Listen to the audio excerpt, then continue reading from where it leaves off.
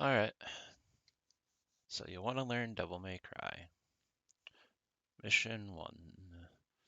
So you always have to include your, your opening title in your recording. It will be rejected otherwise. Let's get this going. So you always want to start here.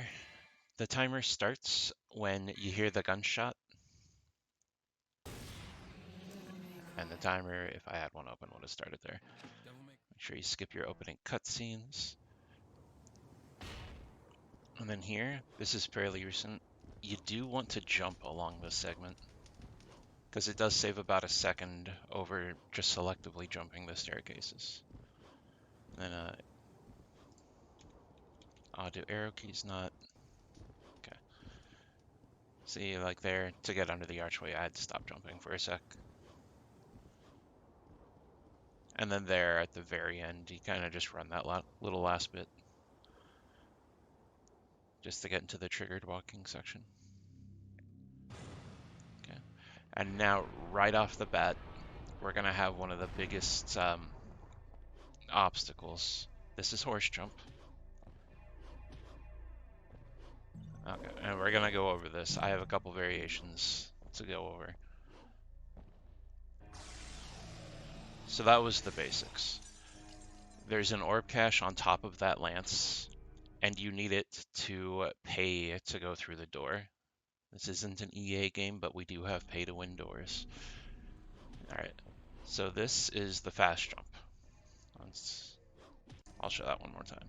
I do not recommend this version of the jump if you're new, but you should know it exists. You just jump right up there. It's the fastest version. And you will have a lot of resets in this room, but like especially if you're new, even if you're not new, I don't recommend like resetting just because you missed it once or even twice. So there have been like even recent world records where they missed horse jump and still got world records. So like the game isn't that optimized where I know you want your run to be perfect. Anyway, I'm rambling. Okay. So this is technically the safest jump. I kind of struggled to get it there, but you do like the mantled scripted ledge grab. I'll go back on that one. This one's weird to me. Like I only ever get this one by accident. It's the slowest one. It kind of pisses me off when I do get it. So I guess you kind of want to stand right here and face the lance in the very proper way.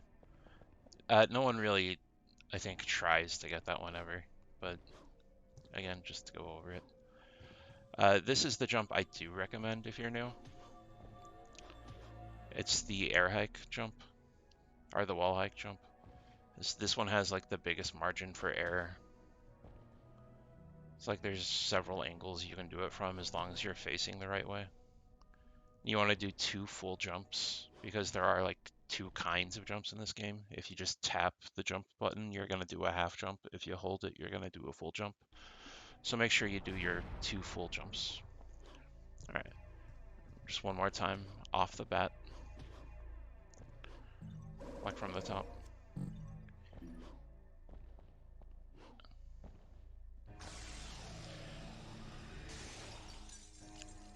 So alternatively, you don't want to do this in the speed run, but the alternative way to get the 45 orbs to pay for this door is to run around every 3 levels of this room, collecting like 1 or 2 orbs at a time. It's hella slow. Here, you want to jump to get to this door.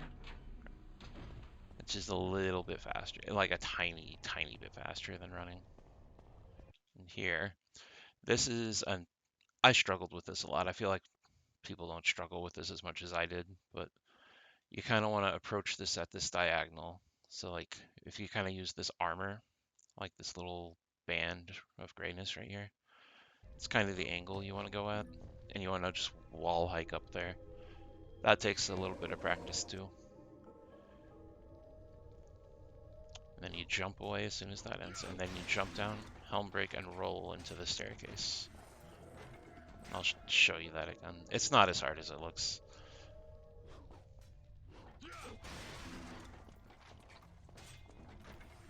That part's pretty easy, honestly. Then you jump back. And then you're gonna do 5 rolls. I kind of mistimed one of mine there.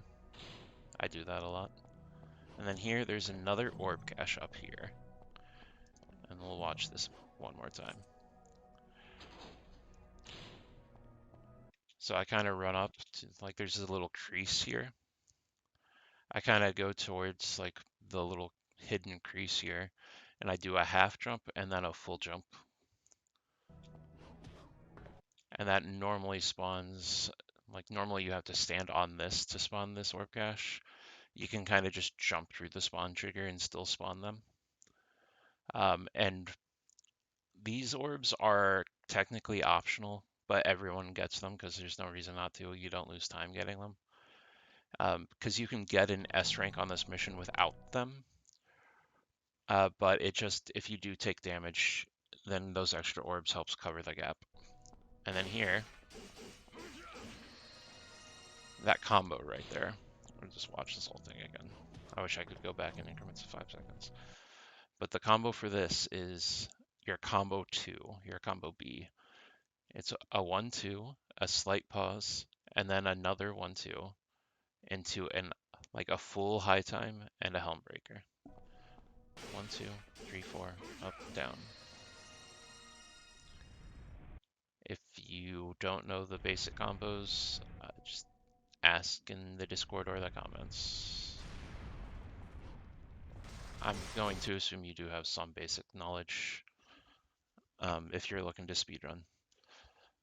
Okay, so now the puppets. So what you're seeing here is slash canceling.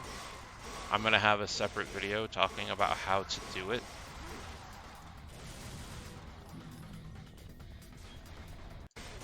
All right, go back to the beginning.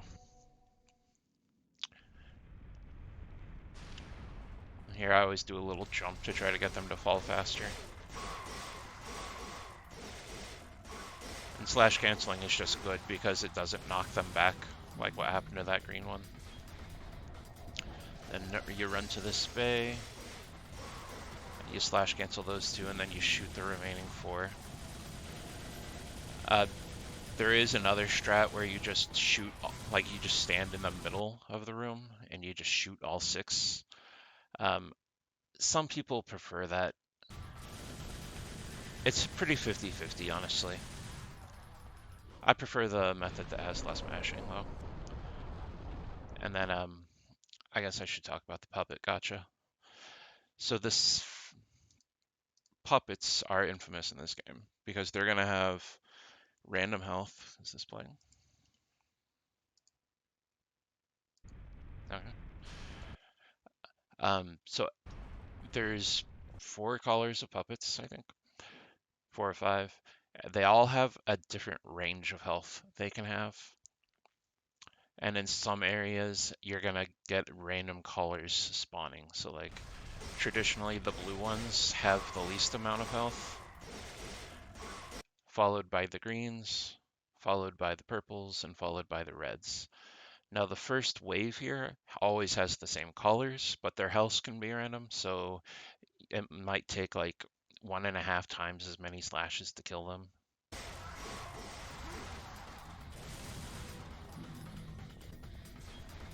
And then in the second wave, the colors are all random. I think you can have up to 3 reds on a normal, and reds are like by and large the worst ones you can get. So I think they can have up to, I think their health range can be anywhere from 800 to 1500, which is like, they can just randomly have almost twice as much HP as they can at other times. And just the reds compared to like the purple, the next highest, are way tankier. Some people will actually just see 1 red and then reset. If they get a red down here, I think that's very excessive. But yeah, just dispatch everything. Try not to get hit. And then you really don't waste time going after orbs unless they're like right in your way. Now up here, you want to take care of these greens first. I like the 1, 2, 3, 4 high time combo. Most people will just normally slash cancel those greens. And then I take out the purple, and then I try to group these two together. It didn't really work out in this run. I got a block on that. But there is an alternative strat in this room where if you, instead of launching the purple, you can knock him backwards. We'll just watch the whole thing.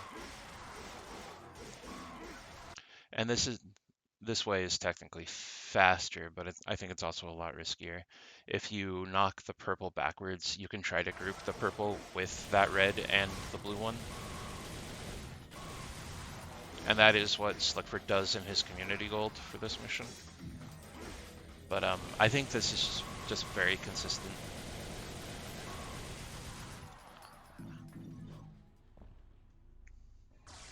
Alright, so this is mission 1.